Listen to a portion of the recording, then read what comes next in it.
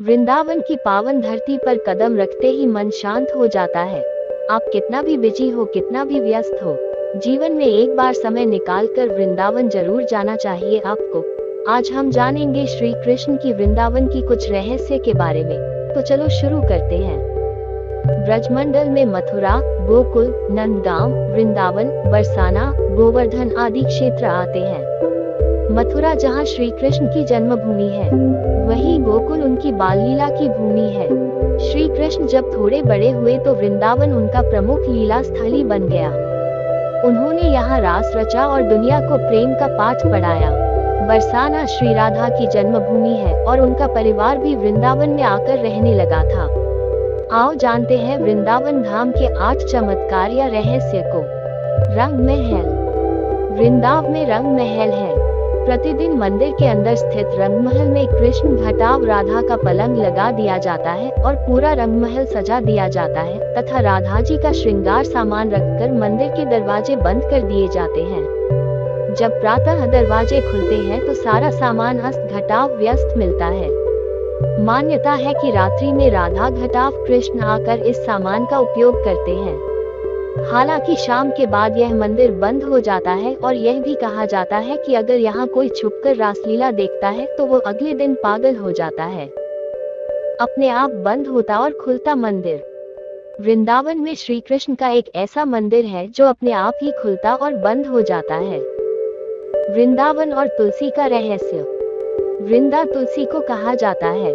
यहाँ तुलसी के पौधे अधिक हैं, इसलिए इसे वृंदावन नाम दिया गया, यानी वृंदा तुलसी का वन।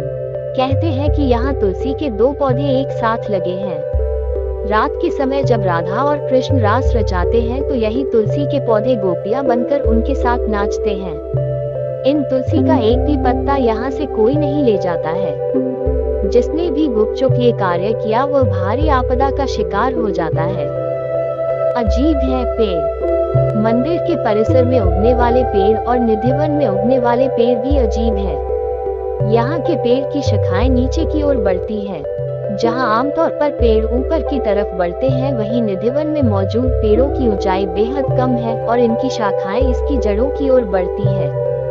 यहाँ पेड़ भी आपस में गुथे हुए हैं, जो इस जगह को देखने में भी रहस्यमय बनाती है। मंदिर में करते हैं शयन।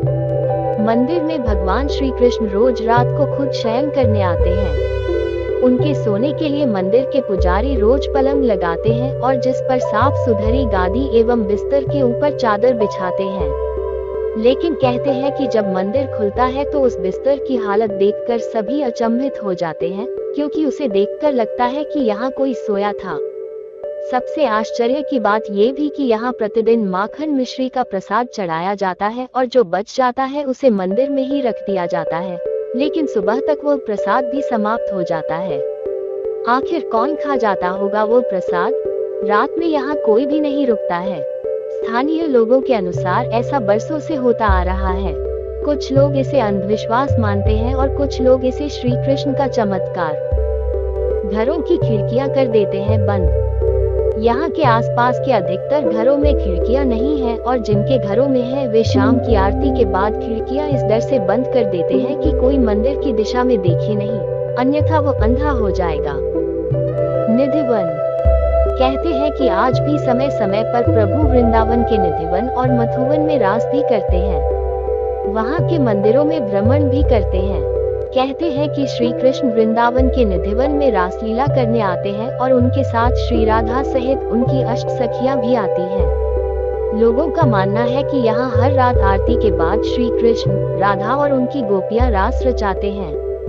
आसपास रहने वाले कई लोगों का कहना है कि उन्हें कई बार घुंघरुओं की आवाज सुनाई देती है, लेकिन कोई इस रासलीला को अपनी आंखों से देखने की हिम्मत नहीं रखता, और देख ले तो फिर दुनिया में कुछ और देखने समझने के लायक नहीं रहता, यानी अंधा हो जाता है। इसलिए अब निधिवन के दरवाजे शाम 7 बजे बंद कर दिया जाते हैं। हरिदास भक्त। वृंदावन के बांके बिहारी मंदिर से कई कथाएं जुड़ी हुई है।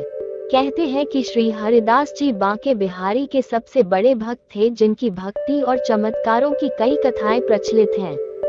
भगवान की भक्त में डूबकर हरिदास जी जब भी गाने बैठते तो प्रभु में ही लीन हो जाते। इनकी भक्ति और गायन से रिझकर भगवान श्री कृष्ण इनके सामने आ जाते। यहाँ राम नहीं, कृष्ण के लिए बंदरों ने बनाया सेतु। भगवान राम जब लंका पर चढ़ाई करने जा रहे थे तब बंदरों ने समुद्र पर विशाल पुल का निर्माण किया था। इस बात को तो आप भी जानते होंगे। लेकिन राम का जब कृष्ण रूप में अवतार हुआ तब बंदरों ने फिर से कृष्ण के कहने पर एक सेतु का निर्माण किया था। इस बात का शायद ही आप जानते होंगे। ये सेतु मथुरा से लगभग 50 किलोमीटर की दूरी पर काम्यवन में एक सरोवर पर बनाया गया था। इस कारण से यह सेतुबंध सरोवर के नाम से जाता है। वर्तमान अब इस सेतु के ध्वंसावशेष ही मौजूद हैं, जो इस तथ्य की पुष्टि करते हैं। इस सरोवर के उत्तर में एक शिव मंदिर है, रामेश्वर मंदिर कहलाता है। सरोवर के दक्षिण में एक टीले पर लंका भी बना हुआ, जिससे इस स्थान पर आकर एक साथ राम और कृष्ण अवतार दोनों की झलक एक साथ मिल जाती है। इस सेतुबंध सरोवर की कथा बड़ी ही रोचक है। एक बार श्री कृष्ण राधा और सखियों के साथ यहाँ बैठे थे, तभी सखियों ने राम की वीर गाथा का बखान करना शुरू कर दिया।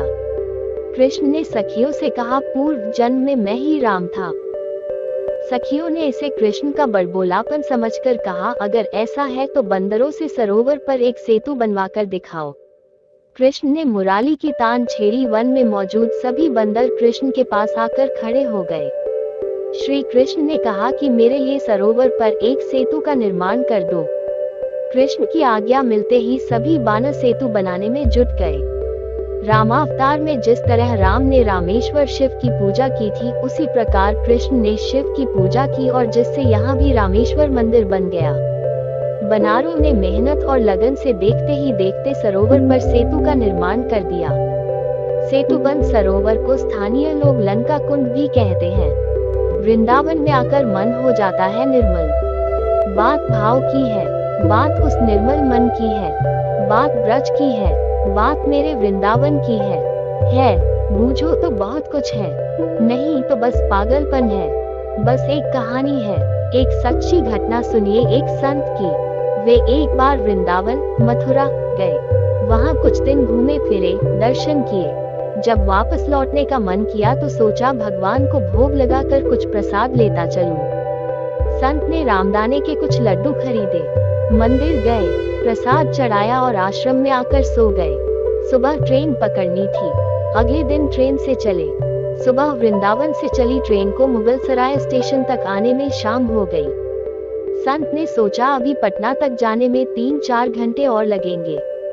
भूख लग रही है, मुगलसराय में ट्रेन आधे घंटे रुकती है। चलो हाथ पैर धोकर संध्या वंदन करके कुछ पा लिया जाए। संत ने हाथ पैर धोया और लड्डू खाने के लिए डिब्बा खोला। उन्होंने देखा लड्डू में चींटे लगे हुए थे। उन्होंने चींटों को हटाकर 1-2 लड्डू खा लिए। बाकी बचे लड्डू प्रसाद बांट दूंगा, ये सोचकर छोड़ दिए। पर कहते हैं न संत हृदय नवनीत समाना। बेचारे को लड्डुओं से अधिक उन चींटों की चिंता सताने लगी। सोचने लगे कि ये चींटे वृंदावन से इस मिठाई के डिब्बे में आए हैं। बेचारे इतनी दूर तक ट्रेन में मुगलसराय तक आ गए। कितने भाग्यशाली थे, इनका जन्म वृंदावन में हुआ था। अब इतनी दूर से पता नहीं कितने दिन या कितने जन्म लग जाएंगे इनको वापस पहुंचने में। पता नहीं ब्रज की धूल इनको फिर कभी मिल भी पाएगी या नहीं। मैंने कितना बड़ा पाप कर दिया, इनका वृंदावन छुड़वा दिया। नहीं, मुझे वापस जाना होगा। और संत ने उन चींटों को वापस उसी मिठाई के डिब्बे में सावधानी से रखा। वृंदावन की ट्रेन पकड़ ली, उसी मिठाई की दुकान के पास गए, डिब्बा धरती पर रखा और हाथ जोड़ लिए। मेरे भाग्य में नहीं कि तेरे ब्रज में रह सकूं, तो मुझे कोई अधिकार भी नहीं कि जिसके भाग्य में ब्रज की धूल लिखी है उसे दूर कर सकूं।